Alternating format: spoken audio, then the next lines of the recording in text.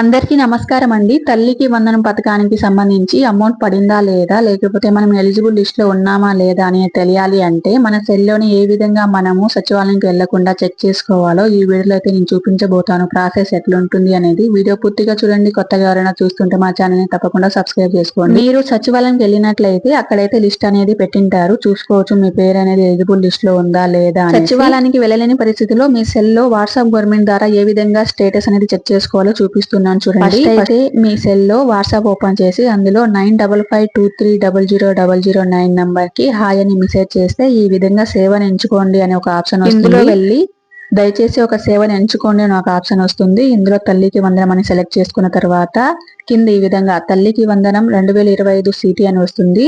అక్కడ క్లిక్ చేయగానే కింద తల్లి యొక్క ఆధార్ నెంబర్ అడుగుతుంది. తల్లి యొక్క ఆధార్ నెంబర్ ఎంటర్ చేసి నిర్ధారించండి అని సబ్మిట్ చేయగానే ఈ విధంగా ఒక 2 సెకండ్లు ఆగి తల్లి పేరుతో పాటు ఈ విధంగా అనేది రావడం జరుగుతుంది. ఇక్కడ చూడండి, ఒక ఆధార్ కార్డ్ అయితే నేను కొట్టి చూశాను. మీరు ఒక చిల్డ్రన్ కోసం తల్లికి వందన పథకానికి అర్హులు, 13,000 రూపాయలు మీ రిజిస్టర్ బ్యాంక్ ఖాతాలో బదిలీ చేయబడతాయి అని వచ్చింది. ఈ విధంగా ఉన్నట్లయితే మీకు అమౌంట్ అనేది పడుతుంది.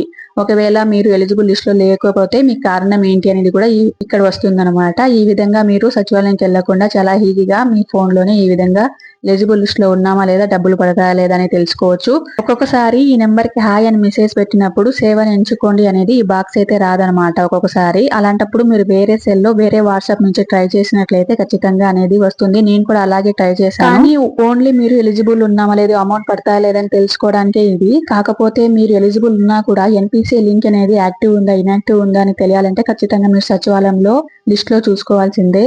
అక్కడ ఒకసారి చెక్ చేసుకోండి. వాట్సాప్ గవర్నమెంట్ లో ఎలిజిబుల్ అని వచ్చినా డబ్బులు ఇంకా పడకపోతే మీరు ఒకసారి సచివాలయంకి వెళ్ళి లిస్ట్ లో మీ పేరు పక్కన ఎన్పిసి లింక్ అనేది యాక్టివ్ ఉందా ఇన్యాక్టివ్ ఉందా చూసుకొని తర్వాత మీరు ఎన్పిసి లింక్ అనేది ఇన్యాక్టివ్ ఉంటే బ్యాంక్కి వెళ్ళి ఆధార్ అనేది బ్యాంక్ అకౌంట్ కి లింక్ చేయించుకోండి. లేకపోతే మీకు అమౌంట్ అనేది పడదనమాట ఎలిజిబుల్ లిస్ట్ లో ఉన్నా కూడా.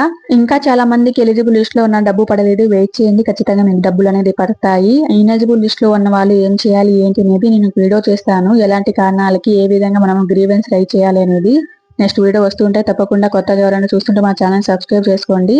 అండ్ ఈ వీడియోని చూస్తే తప్పకుండా లైక్ ఇవ్వండి. Thank you.